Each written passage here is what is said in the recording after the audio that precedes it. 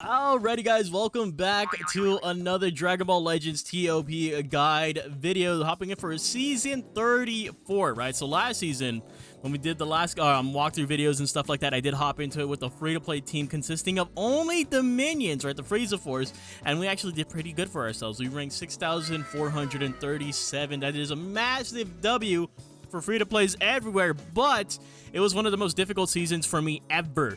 I do not recommend using the team, even though like it was possible to do it, right? I think it was more than possible. We actually had a little bit of wiggle room right there too, right? Because I think the cutoff was 39 million, about 40 million. We did hit 43 million points overall through the board, but I still don't necessarily recommend the team. Even with two healers, we were taking so much damage. But that being said, before we dive into the guide itself, there will always be timestamps in the description and down below. All right, so the first thing that we always go through is our pathing right here. So when I go for my pathing, I usually do go for a combination of like high fist level fights, but I tend to avoid the really difficult fights, right? The fights where I personally don't want to just land on. I don't necessarily go to maximize points, but I also don't go for the safest route possible, right? I like to go for a combination of the two, right? In terms of a safe fight or a safe route, and then also just trying to get as much points as possible. As always, the circled stages are the most important, right? The reason why the circle stages are the most important is because those are your win streak bonus matches. Those are the fights where you're going to accumulate the most points. Those are the fights that you want to go ahead and take on the most difficult one, no matter what, even if it's one of those dreaded like Sun Family stages with Super Saiyan Blue Kaioken or anything like that, right? So these also are interchangeable, not the circled fights, but the path in between. I always say this too, right? Because when I actually go ahead and do my walkthrough, there's a lot of times where I'll deviate off of the initial routes, but except for the circled stages themselves. Alright, so now let's go ahead and talk about map awareness / tips and tricks. So first of all, there are a ton of Sun Family fights in the first half of the board, right? And a lot of these fights do include Super Saiyan Blue Kaioken. The one that I have right here up on the screen is the very first fight that you come across, right? The 5-fist stage. And it sucks too because it's the only 5-fist stage right in front of you, right? Because even if you go to the left or to the right, the 3-fist stages, you're definitely going to be losing points right there. So you immediately have to go ahead and go up against this monstrosity. But definitely the worst out of the Sun Family fights is this stage right here that does include the Super Saiyan Blue Kaioken, right? In general, this fight specifically is insanely hard to avoid any super attacks, right? When I go against this stage, it's only been a couple times that I've actually fought against the stage, and more so just because of the experimental process, is I always get hit by one of the yellow super attacks, right? Either it be from Super Saiyan Gohan or not Super Saiyan Gohan, from Super Saiyan Goten, the transforming one right there, right? This guy.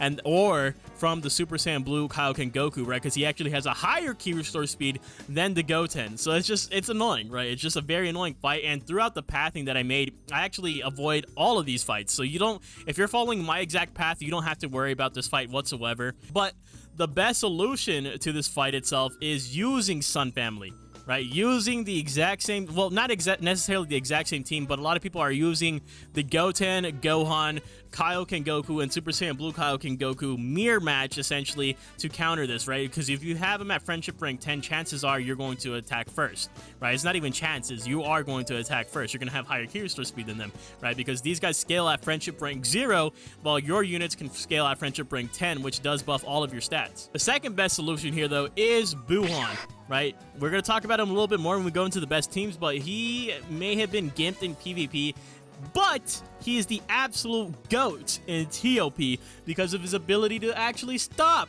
Gohan's top mechanic, making him the counter to Sun Family, essentially, right? Since Buhan also has high key restore speed, he usually attacks first in your lineup, canceling the top mechanic, allowing you to attack whoever you want off rip, right? So for example, if you just target Goten, right, you want to go ahead and go for Goten first, right? Gohan's gonna taunt, but Buhan cancels that, and so after Buhan attacks that Gohan, you're gonna be free to go ahead and just dogpile onto the Goten. But as always, here are the needed key restore speeds to attack before the specified Sun Family units. Right, you have Super Saiyan Blue Kaioken, who has a key restore speed of 2,794. You have Transformer Goten, who has a key restore speed of 2,620, and you have the Blue Kaioken Goku, who has a key restore speed of 2,669 when he's transformed, right? Those are, you need to be higher than those key restores in order to attack before them. And so this is also your PSA to Friendship Rank 10 your units as much as you you want all your units on your general ToP team to be at friendship rank 10 right here, right? So we have Naval as an example. This is one of the units I used for last season. He was one of the most clutch units right here. So at friendship rank 10, he boasts 2,427 key restore speed, right? And which is very mediocre. But if we look at his regular stats, look at his key restore speed here. 2,312, which is even worse, right? And then keep in mind, it's not just your key restore speed. Even if you look at the other stats right here, in total, you get a general buff, like especially to health and stuff like that, to your strike attack. It's just a general buff overall. Key restore speed being the most notable buff right here, but having just that, those general increase of stats, helps a lot. Best way to increase your friendship rank is through the daily Let's Fight stages, so make sure you guys are doing those. There is also a story mode stage. I think it's 618 where you can farm it up, but it's very tedious to do so. So there is a couple of fights. All right, so next there's a couple of fights that include Super Saiyan Blue Kaioken Goku and Full Power Frieza. Right, as you know, Super Saiyan Blue Kaioken will super attack early on in turn 2 because he has the high key restore speed. So target him first, and then also watch for blast attacks against Full Power Frieza, as he can counter them and build his blue gauge to 100%. Thankfully, his key restore speed is actually pretty bad, so you don't need to necessarily swap all your units to strikes against him. That's a method that I actually used to use, right? So if you leave him for last, or if you're able to get a super attack off on him, you'll be okay by not swapping your attacks. But if you're curious to actually know how to swap your attacks, you just click on the unit that you want to swap. Like for example, this guy's blast base, right? So if he blasts that Full Power Frieza, I'm going to be essentially giving him that guaranteed blue card. You just click on the little blast icon and you can go ahead and swap him over to strike. If you come across this yellow kid Gohan, just make sure to kill him first and foremost. He will blue card you if he has defeated allies. Lastly, there is this girls team once again who has the potential to double stun you. Right, this is avoidable if you kill Green 21 first and then go after the Green Mai. They both have stuff in their kit that can go ahead and hit you with the can't inflict attack, right? 21 will have the solar flare and Green Mai has the flashbang grenade. But Green 21 does it at the beginning of turn 2 and Green Mai does it at the end of turn 2. So you can pick them off. Other than that, let me know if I missed any other tedious fights in the comments down below so we can try to figure out a solution to deal with them. Alright, so for the next segment, let's go ahead and talk about new characters. So we have Elf Trunks, who unfortunately I did not pull last night. Right, let's go ahead and look at his details. ToP stats, maximum stats right here. 2,508 for his key restore speed. That's really solid, especially considering this is at friendship rank 1. Right, at friendship rank 10, this is actually going to go up significantly, definitely breaking into 2,600 range, right? He has a blue card and an ultimate. Let's see his, he has a buff against Frieza Force or powerful opponent, which is, those teams aren't necessarily too dominant in the ToP boards, right, as of late. Started the battle, he gets 80% to damage inflicted, minus 30% to damage received, but 120 to key recovery? That is really good. He's going to be attacking pretty much, I don't know if anyone's going to be attacking before this guy right here. 120 is a lot. And then on attack, he cancels buff effects? No way, bro. He's the Sun family counter and he's green? He cancels enemies buff effect? This activates one time, right? So this is one of the abilities that I was talking about, right? This is what Buhan also possesses. Correct me if I'm wrong in the comments down below, but this is actually a game changer right here. This Trunks is going to be extremely meta relevant for ToP right here. He's going to, I don't know, man. That is actually really delicious. Dude, this Trunks is eating good, bro. He's eating gourmet right here. On hit, multi-target, inflicts enemy with extreme bleed for 1 turn and inflicts all enemies with attribute downgrade plus 15% to damage received. That's to all enemies. So he gets a board-wide debuff. He can cancel the taunt Gohan mechanic. Wow. And then, so he also has a secondary buff where he has before receiving a blast arts attack, health is 30% or lower, allies in range perform a cover change, and nullifies attack. This isn't too, relevant. It's not the best thing in the world, right, because it has health restrictions on it. But at the start of the battle, if there's a tag Frieza Force enemy remaining, 30% to special move gauge. That's actually, I could see that being pretty good if we head into, a Frieza Force meta, right? He upgrades his special move arts too. At the start of a turn, he gets 10% to damage inflicted, plus 3% to special move gauge, so he's going to be able to farm that pretty easily. At the start of the first turn, activate special action, plus 100 to key recovery for 1 turn? Oh my god, bro. That is insane. Applies buff effect, nullifies attribute downgrade twice, and at the end of the first turn, he restores health by 3%. He is disgustingly good. he is so good. Like, I would even go so far as to say that this kit is a Z tier kit right here. All right, next we do have the free-to-play Perfect Form Cell right here. So let's go to take a look at what he got for us. I kind of did go over, this was not going in blind because I did kind of look at it when he did release. But his key restore speed is pretty weak right here. This is only at Friendship Rank 1, right? 2,355, could easily go up to 2,450 plus. He just got a blue card. Let's look at his abilities though. Plus 60% to damage inflicted, minus 20% to damage received at the start of the turn, and at the start of the turn multi-target, plus 15% to own blast damage inflicted for 1 turn, and inflicts all enemies with attribute downgraded, plus 15% to blast damage received. Debuffs are good. Debuffs are extremely relevant. I think debuffs are really meta, right, for ToP, so I think that's really solid. And inflicts all enemies with attribute downgrade, minus 20 to key recovery for 1 turn. I like the debuffs right here. And then he got some crazy stuff going on right here on the second ability. At the start of the first turn, plus 20% to blast damage inflicted, cannot be cancelled. And at the end of turn, multi-target, restores own health by 1%, plus 10% to blast damage inflicted by allies in range for 1 turn. So this guy is actually going, I think he's going to be really relevant for blast-based teams, maybe blast-based regeneration, blast-based androids. I think this is actually a really, really solid kit. Let's go ahead and go into teams regeneration. So this is most likely the team that I will be using for this season, right? I know a lot of you guys wanted me to go ahead and return to regeneration, so that's what we're going to be doing right here before I try any other kind of different team. There is other teams that I do want to try out, like even the dreaded Sun family, right? But we won't talk about that. But basically, if you have Buhan, run him 100%. He is a must run. Last guide, I actually mentioned that I liked free-to-play 21 more, the red one, right? But I was sorely mistaken. On blast attack, he will cancel enemy buff effects, right? And that is just way too damn valuable. He is the taunt to Gohan counselor, or canceller is what I meant to say. So just like we saw with Trunks right here, if we look at Buhan's kit, unfortunately, I do not have him, right? So I had to go to the character selection screen. But on Blast Arts attack, multi-target, he cancels enemy buff effects, activates 1. And like I said before, he has ridiculously high key restore speed right here. Not only right there, but also he buffs his own key recovery as well.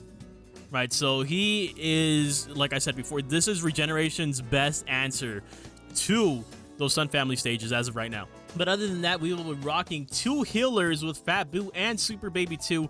This will essentially guarantee our survival, as well as the 1000 CC. And all of these units that you see before you are in Z tier right here. As always, I do have a similar team on the right hand side of the screen. They're actually running 4 blues right here with the newly Zenkai awakened Evil Boo, right? And he actually does have some good stuff too, right? Because he does inflict attribute downgrades, but not on the full board. It's only on those 4 tiles right there, which is it's still solid, right?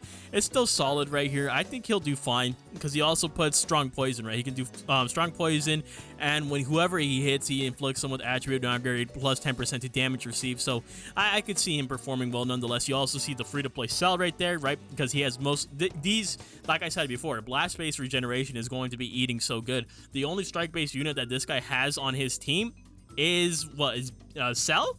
Right, it's just only Cell, right? Because even the Buhan is blast based. And by Cell, I meant the purple Cell, of course. And next we have Sun Family. This team, bro.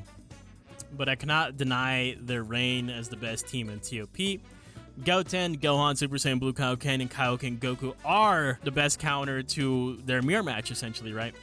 Most Sun Family teams are looking like this these days. If you have the 4 core units, or well, I guess you need 5 main units, right? You Goten, the Taunt Gohan, Kaioken Goku, Super Saiyan Blue Kaioken Goku, and then a healer, which a lot of people are a fan of this Red 18 right here as the designated healer because she has an unrestricted heal. It doesn't matter what tag they are, restores health by 3% every single turn, and buffing 15% to damage inflicted as well, right? The other units don't really matter. You can see right here on the right-hand side of the screen, the number 1 player as of right now.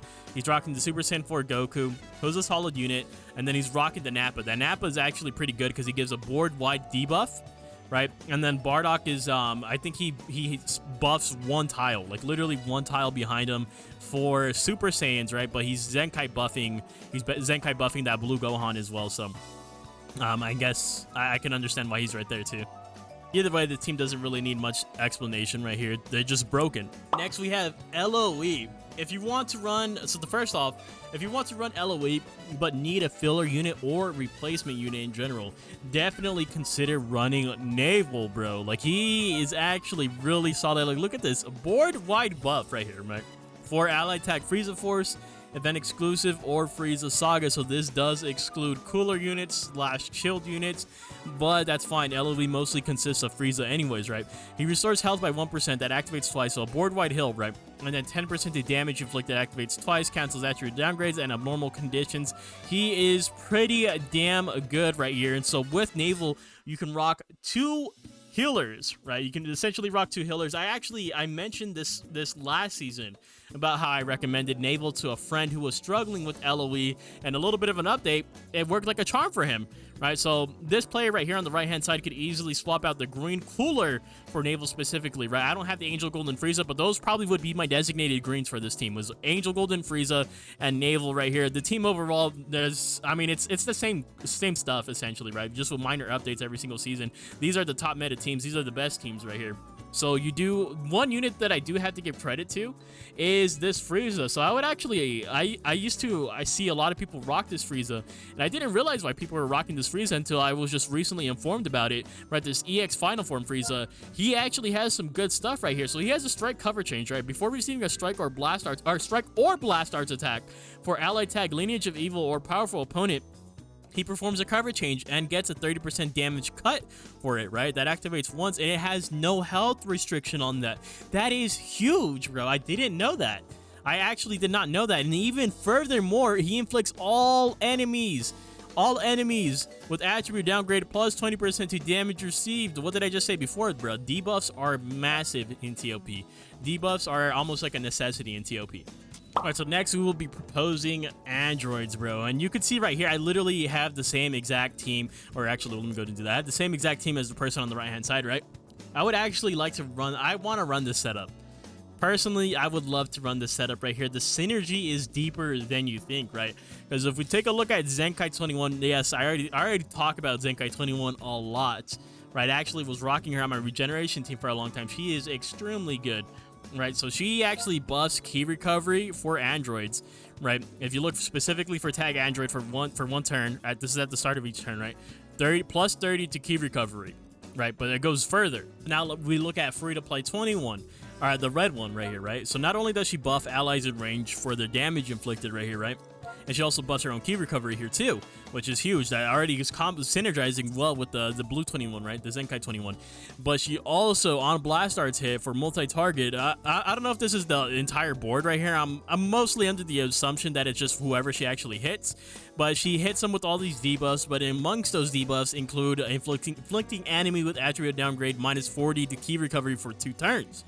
And finally, we have the free-to-play Cell, who also debuffs key recovery, right? So he inflicts all enemies with attribute downgrade -20 to key recovery for 1 turn at the start of the turn right here. And then this guy does favor blast, right? Blast-based attacks right here, and he does buff all of these tiles specifically, right? He can buff a total of 4 tiles right here. So when we click on him, he's buffing all of these. He's buffing the 21 and he's buffing the Super 17 right there, right? Who are both for this. Usually I do have the Zenkai 21 on strike, right? Because she actually has more strike damage right here if we look at her stats.